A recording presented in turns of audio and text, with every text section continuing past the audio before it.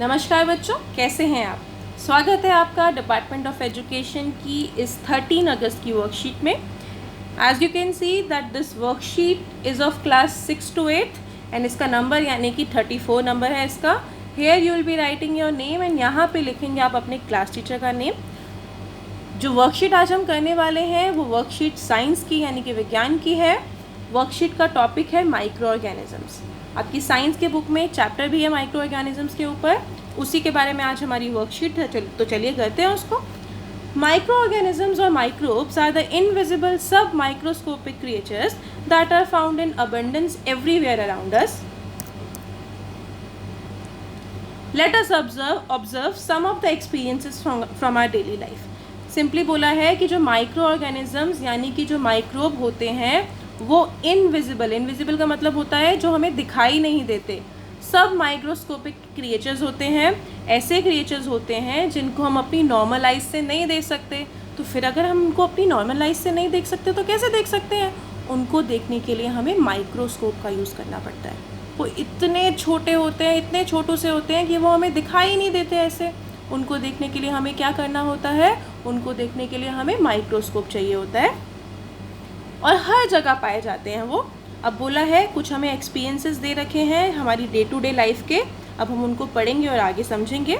उससे पहले मैं आपको बताऊं, अगर आपके पास डेफिनेशन आती है कि व्हाट इज़ माइक्रो ऑर्गेनिज्म तो आपके पास सीधा सा आंसर है माइक्रो ऑर्गेनिजम्स और microbes are the invisible sub microscopic creatures that are found in abundance everywhere around us. यहाँ तक तो आपको माइक्रो ऑर्गेनिजम्स की डेफिनेशन भी पता चल गई, आपसे पूछी नहीं गई पर आप याद कर सकते हैं।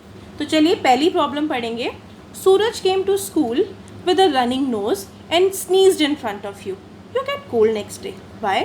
बोला है कि जो सूरज है, सूरज स्कूल आया और उसकी नाक बह रही थी। तो नाक बहने का मतलब क्या है? उसको कोल्ड हो रखा होगा और उसको छींके भी आ रही थी। तो वो आपके सामने ज़ोर से छींका और अगले दिन आपको भी कोल्ड यानी कि जुकाम हो गया। तो आपसे पूछा है क्यों। अब सेम चीज़ आपने भी ऑब्जर्व करी होगी। कई बार होता है ना, आपके घर में किसी को जुकाम होता है और अगले दिन आपको भी हो जाता है। ऐसे ही आपकी क्लास में भी होता है। तो वैसे ही एक एग्जाम्पल देखा और आप दे रखा है और आपसे पूछा है कि क्या रीज़न क्या हो सकता है इसका। So because Suraj was suffering from cold and when he sneezed he release micro organism. Virus जो होता है उसने रिलीज़ कर दिया एयर में, जिसको इसने इनहेल कर लिया। इनहेल करने का मतलब है, इनहेल और एक्सेल हम दो चीज़ें पढ़ते हैं। इनहेल का मतलब होता है सांस लेना और एक्सेल का मतलब होता है सांस छोड़ना। तो सांस जब उसने ली तो उस टाइम पे क्या हुआ? वो माइक्रो ऑर्गेनिज्म जो है वो उसके अंदर भी आ गया और इसकी वजह से उसको क्या हो गया? कोल्ड हो गया। आया समझ?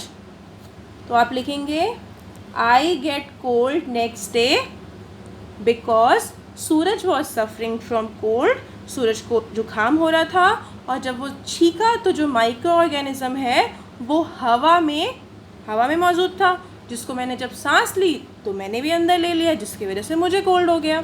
यहाँ पे बच्चों एक नाम आया है वायरस। अब माइक्रो ऑर्गेनिजम्स भी बहुत तरीके के होते हैं, आप आगे पढ़ेंगे अगली वर्कशीट में इसके बारे में। आज सिर्फ आप नाम जान लीजिए कि माइक्रो ऑर्गेनिज्म का एक टाइप होता है वायरस। तो उस वायरस की वजह से आपको कोल्ड होता है। चलिए दूसरा प्रश्न पढ़ते हैं। How was Suraj responsible for your catching cold. बोला है आपको जुकाम हो गया तो आप सूरज को कैसे ब्लेम कर सकते हैं? आपको जुकाम हो गया, वो कैसे रिस्पॉन्सिबल हुआ? तो सूरज इसलिए रिस्पॉन्सिबल हुआ because Suraj was carrier of the micro organism, यानी कि सूरज उस माइक्रो ऑर्गेनिज्म को अपने अंदर लेके चल रहा था, वो उसका कैरियर था।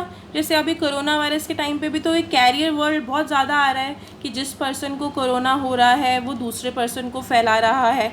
पढ़ा होगा ना आपने, अभी भी न्यूज़ में आप सुन रहे हैं। तो कैरियर का मतलब क्या है? जो पर्सन बीमारी को दूसरे जो स्वस्थ व्यक्ति होता है, जो हेल्दी व्यक्ति होता है, हेल्दी पर्सन होता है, उस तक पहुंचाता है, उसको हम बोलते हैं career.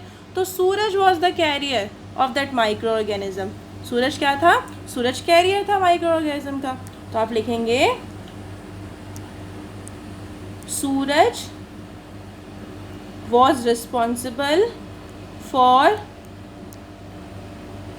my catching cold because Suraj was carrier of the micro organism. ठीक है, और वायरस का तो मैंने आपको बताया कि माइक्रो ऑर्गेनिजम्स के टाइप होते हैं, एक टाइप जिसमें से कि वायरस है, तो मैंने ये लिख दिया है। तो चलिए बच्चों, मैं आशा करती हूँ आपने नोट डाउन कर लिया होगा। Let's go to third question. Radhika adds a teaspoon of curd to a bowl of milk and leaves it overnight to make a bowl of curd. Why did she add curd? बोला है राधिका ने क्या किया, दूध के अंदर 1 चम्मच curd यानी कि दही डाल दी और उसने उसको पूरी रात छोड़ दिया। अब ऐसा उसने क्यों किया होगा? तो बेटा उसने ऐसा क्यों किया, आपने अपने घर में भी देखा होगा, दही जमाने के लिए मम्मी क्या करती हैं, दही जमाने के लिए मम्मी भी तो ऐसा करती हैं कि दूध को हल्का सा गुनगुना करती हैं और उसके बाद उसमें 1 चम्मच दही की, 1 स्पून दही के डालती हैं और उसके बाद नेक्स्ट डे वो देखती हैं कि वो दही बन जाता है, फिर उसको फ्रिज में रख देती हैं सेट होने के लिए और बिल्कुल फिर आप दही खाते हैं, दही का रायता खाते हैं, अलग अलग चीज़ें बना के खाते हैं। तो यहाँ पे भी ऐसा है, बट आपसे कारण पूछा गया है कि भाई क्यों। Radhika added curd in milk because curd contains micro organism यानी कि बैक्टीरिया। अब एक हमने पढ़ा, एक माइक्रो ऑर्गेनिज्म हमने वायरस पढ़ा, माइक्रो ऑर्गेनिज्म का दूसरा टाइप होता है बैक्टीरिया, जिसकी वजह से दही जमती है। तो क्या हुआ, मान लीजिए दही का बोल है, ये दूध का बोल है, इसमें हमने क्या डाली, इसमें हमने डाली 1 चम्मच दही की, कर्ड की, ये हमारा मान लीजिए मिल्क है। ठीक है, अब क्या होगा, जो दही है, जो कर्ड है, उसके अंदर एक माइक्रो ऑर्गेनिज्म होता है जो कि बैक्टीरिया है। ठीक है, अब वो क्या करता है, वो दूध को दही में कन्वर्ट कर देता है और उस बैक्टीरिया का नाम क्या है, उसका नाम है लैक्टोबैसिलस। अब अगर आपके पास क्वेश्चन आता है, नाम थोड़ा स्पेलिंग देख लीजिएगा इसकी, ठीक है, याद करनी पड़ेगी आपको। तो लैक्टोबैसिलस नाम का एक बैक्टीरिया होता है जिसकी वजह से दूध दही में परिवर्तित या दही में चेंज हो जाता है। तो राधिका ने ऐसा क्यों किया था, Radhika added curd in milk because curd contain micro organism जो कि बैक्टीरिया है और उसका नाम क्या है, लैक्टोबैसिलस उसका नाम है, जो क्या करता है, दूध को दही में कर्ड कर देता है। तो अब राधिका को दही चाहिए होगा ना, तो इसीलिए उसने दही जमाने के लिए ऐसा किया। तो चलिए बच्चों, हमारा आज का ये वाला क्वेश्चन भी कंप्लीट हो गया। 3 ही प्रॉब्लम्स थी हमारे पास। मैं आशा करती हूँ कि आपने नोट डाउन कर लिया होगा। नहीं नोट डाउन किया तो you can pause this video and copy it down. तो चलिए, this is all for today. हम कल मिलेंगे कल की वर्कशीट के साथ। तब तक के लिए स्टे हेल्दी, स्टे सेफ।